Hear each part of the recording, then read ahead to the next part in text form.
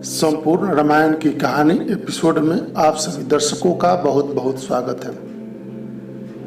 आज हम आपको सुनाएंगे तारकावध की कहानी। प्रातःकाल स्नान, संध्या, उपासना आदि कार्यों से निवृत्त होकर राम और लक्ष्मण गुरु विश्वामित्र के साथ सरिता तट पर पहुंचे। एक वनवासी मुनि ने विश्वामित्र के साथ दो सुकुमार बालकों को देखा तथा उनका परिचय प्राप्त कर वे एक छोटी सी सुंदर नौका ले आए और विश्वामित्र से बोले, हे मुनिराज, आप इन राजकुमारों के साथ इस नौका पर बैठकर सरिता पार कर लीजिए। विश्वामित्र जी ने उस मुनि को धन्यवाद दिया और राम तथा लक्ष्मण के साथ नौका पर सवार हो गए। इस प्रकार वे सागर से मिलन की आतुरता में कल कल नाद के साथ दौड़ती जा रही उस नदी को पार कर गए। नदी के उस पार एक भयानक वन था। उस वन को देखकर राम बोले, गुरुदेव, यह वन तो बड़ा भयंकर है। सभी ओर से सिंह, व्याघ्र आदि हिंसक पशुओं के दहाड़ने और हाथियों के चिंघाड़ने की ध्वनि आ रही है। जंगली सुअर, भालू, वन भैंसे आदि वन प्राणी भ्रमण करते दिख रहे हैं। वृक्षों की सघनता के कारण सूर्य का प्रकाश इस वन में घुसने का साहस नहीं कर पा रहा है और इसी कारण बस चारों ओर अंधकार हो रहा है। इस अति दुर्गम वन का क्या नाम है?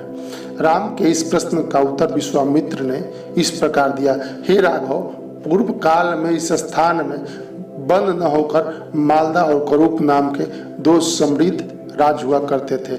दोनों ही राज ऊंची अट्टालिकाओं, वीथिकाओं तथा सुंदर पथों से सुशोभित थे तथा धन्य धान से संपूर्ण परिपूर्ण थे। दूर दूर के व्यापारी यहाँ आकर व्यापार करते थे, किंतु तारका नामक एक यक्ष कन्या ने उन दोनों राज्यों का विनाश कर दिया। ऋषि विश्वामित्र ने आगे बताया, तारका कोई साधारण स्त्री न होकर शून्य नाम के राक्षस की पत्नी और मारीच नामक राक्षस की माता है। उसके शरीर में 1000 हाथियों के बराबर बल है और वह अत्यंत पराक्रमी और शक्तिशाली है। इस प्रदेश को नष्ट करने के पश्चात तारका ने अपने पुत्र मारीच के साथ मिलकर यहाँ के समस्त निवासियों को मारकर खा डाला। अब उनके भय से यहाँ 2-2 कोस दूर तक किसी मनुष्य की परछाई भी दिखाई नहीं देती। भूलवश यदि कोई यहाँ आ भी जाए तो जीवित नहीं लौट पाता। उसी तारका का संहार करने के लिए ही मैं तुम्हें यहाँ लाया हूँ। राम ने आश्चर्य से पूछा, गुरुदेव, स्त्रियां तो कोमल और दुर्बल होती है, फिर तारका में 1000 हाथियों का बल कैसे आ गया? ऐसा प्रतीत होता है कि अवश्य कुछ न कुछ रहस्य है। विश्वामित्र बोले, बस तुम्हारा कथन सत्य है और वास्तव में इसके पीछे एक रहस्य है। सुकेतु नाम का एक अत्यंत बलवान यक्ष था। वह संतानहीन था, अतः संतान प्राप्ति के उद्देश्य से उसने ब्रह्मा जी की कठोर तपस्या की। उसकी तपस्या से प्रसन्न होकर ब्रह्मा जी ने उसे संतान होने का वरदान दे दिया। परिणाम स्वरूप तारका का जन्म हुआ। सुकेतु के द्वारा तारका के अत्यंत बली होने का वर मांगने पर ब्रह्मा जी ने उसके शरीर में 1000 हाथियों का बल दे दिया। विवाह योग आयु होने पर सुकेतु ने तारका का विवाह शुंद नामक राक्षस से कर दिया और उससे मारीच का जन्म हुआ। मारीच भी अपनी माता के समान बलवान और पराक्रमी था। वह शुंद राक्षस का पुत्र होकर भी स्वयं राक्षस नहीं था, किंतु बाल्यकाल में ही वह बहुत उपद्रवी था। ऋषि मुनियों को अकारण कष्ट दिया करता था। उसके उपद्रव से त्रस्त होकर एक दिन अगस्त्य मुनि ने उसे राक्षस हो जाने का श्राप दे दिया। अपने पुत्र के राक्षस गति प्राप्त हो जाने से शुंद अत्यंत क्रोधित हो गया और अगस्त्य ऋषि को मारने दौड़ा। इस पर अगस्त्य ऋषि ने श्राप देकर शुंद को तत्काल भस्म कर दिया। अपने पति की मृत्यु का बदला लेने के लिए तारका भी अगस्त्य ऋषि पर झपटी। इस पर अगस्त्य ऋषि ने श्राप देकर तारका के सौंदर्य को नष्ट कर दिया और वह अत्यंत कुरूप हो गई। अपनी कुरूपता को देखकर और अपने पति की मृत्यु का बदला लेने के लिए तारका ने अगस्त्य मुनि के आश्रम को नष्ट करने का संकल्प किया है।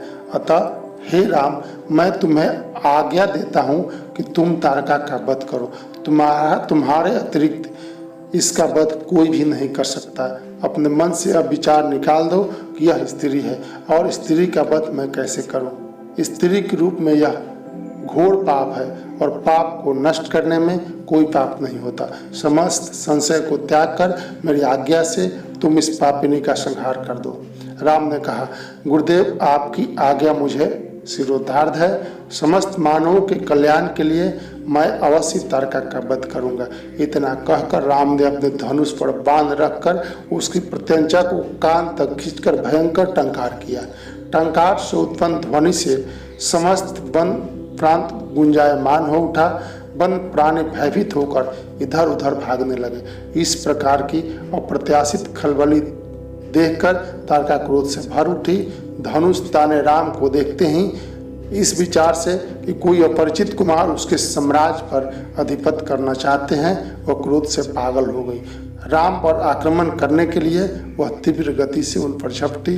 तारका को अपनी ओर आते देख राम ने लक्ष्मण से कहा, हे सौमित्र, तार के वृक्ष जैसी विशाल और विकराल मुंह वाली इस राक्षसी का शरीर कितना क्रूप है।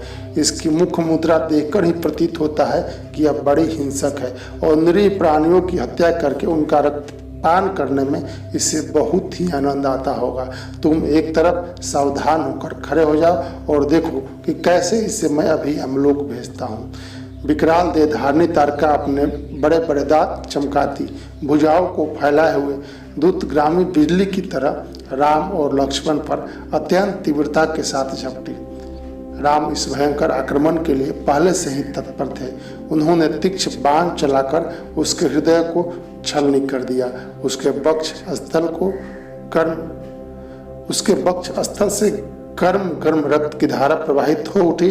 वह आक्रमण करने के लिए पुनः टूट पड़े। इससे पहले ही राम ने एक और बाण चला दिया जो सीधे उसके वक्ष में जाकर लगा। वह पीड़ा से चीखती हुई चक्कर खाकर भूमि पर गिर पड़ी और अगले ही क्षण उसके प्राण पखेर उड़ गए।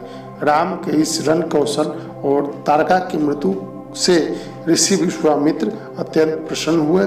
उनके मुख से रामचंद्र के लिए आशीर्वचन निकलने लगे। गुरु की आज्ञा से वहीं पर सभी ने रात्रि विश्राम किया। प्रातः काल उन्होंने देखा कि तारका के आतंक से मुक्ति पा जाने के कारण उस वन की भयंकरता और विकरालता समाप्त हो चुकी है। कुछ समय तक उस वन की शोभा निहारने के उपरांत स्नान पूजन से निवृत्त होकर वे महर्षि विश्वामित्र के साथ आश्रम की ओर चल पड़े। जय श्री राम। भगवान राम आपकी सभी मनोकामना पूर्ण करें। बाकी की कथा अगले अंक में।